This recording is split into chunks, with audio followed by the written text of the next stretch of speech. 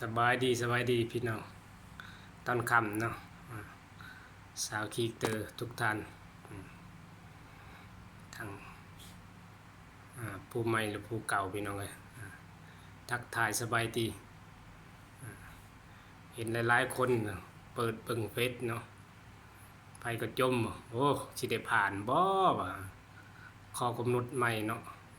ของ Facebook เนาะตะกี้จากมีผู้ติดตามจาก1,000 คนมาปัจจุบันเป็นหมื่นพี่น้องเลย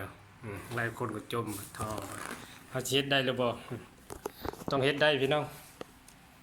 สู้ด้วยกันพี่น้องเด้อได้พี่น้องสู้ด้วยกันต้องมีก็ต้องสามัคคีกันพี่น้องช่วยกันกดไลค์กดแชร์พี่น้องกดคอมเมนต์ให้กันนะพี่น้องบ่ต้องตีเนาะ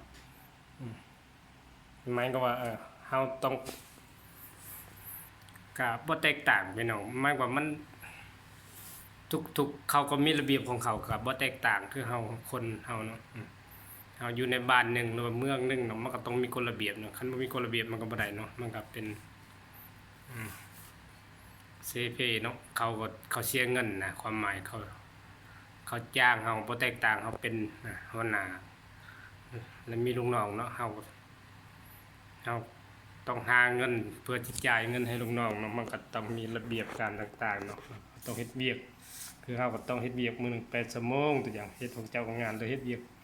ต่างๆเนาะมันก็ต้องมีกฎระเบียบนะพี่น้องเอ้ยมื้อหน้าพี่น้องจงร่วมกันเนาะพี่น้องครับมีหยังก็ช่วยกันพี่น้อง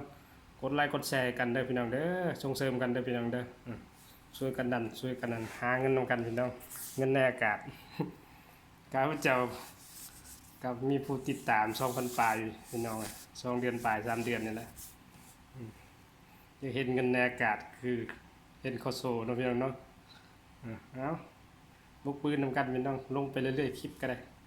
วันหนึ่งต้องเป็นของเฮาพี่น้องเอ้ยมึงเถื่อมันอีต้นเฮาก็มีพี่น้อง